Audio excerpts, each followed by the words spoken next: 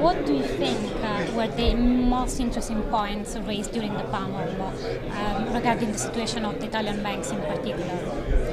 Well, I think the concerns of the investors are mainly on the performance of the Italian banks and clearly the strong correlation with the sovereign risk.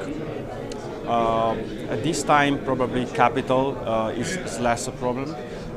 EBA has been very strong in giving specific deadlines and ratios to be met.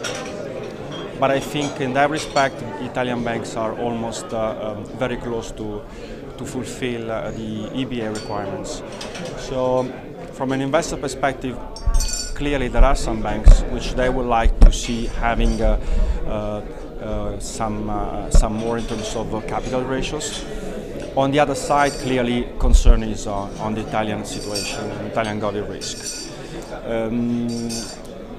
Also, because if we see if you look at the capital ratios in terms of comparison with European peers, we think that Italian banks are penalized because of the very prudent approach taken by the Bank of Italy in calculating, in applying the criteria for calculating the risk-weighted assets. So we can't compare peers with apples. Overall,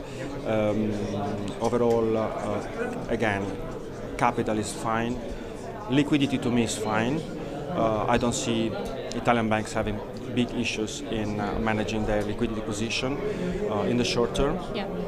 Also thanks to the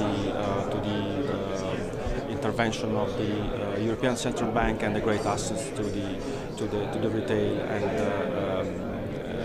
to the retail funding through deposits and issuing bonds.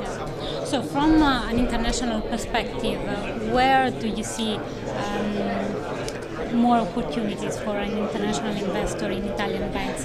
Which sector you think that will be more resilient? Well, I think this time it's an hard question.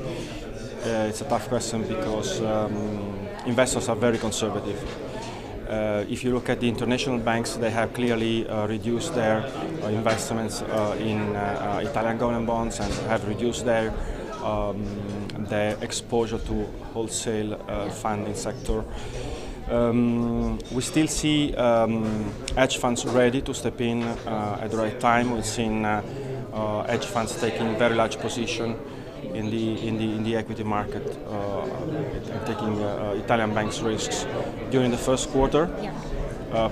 Very big position size, which they have unwound at the end of the first quarter, but they're clearly ready to take advantage of new positive signs. Institutional investors are extremely liquid on the fixed income side, but at this time, given the renewed concerns about sovereign risks in Europe, they clearly want to be paid for taking volatility. Overall, I think that the Italian market is still interesting if things settle down a bit on the retail banking side. Online banking is interesting. We'll also see, I think, international investors trying to put their hands on some pieces of asset management of Italian banks. Okay.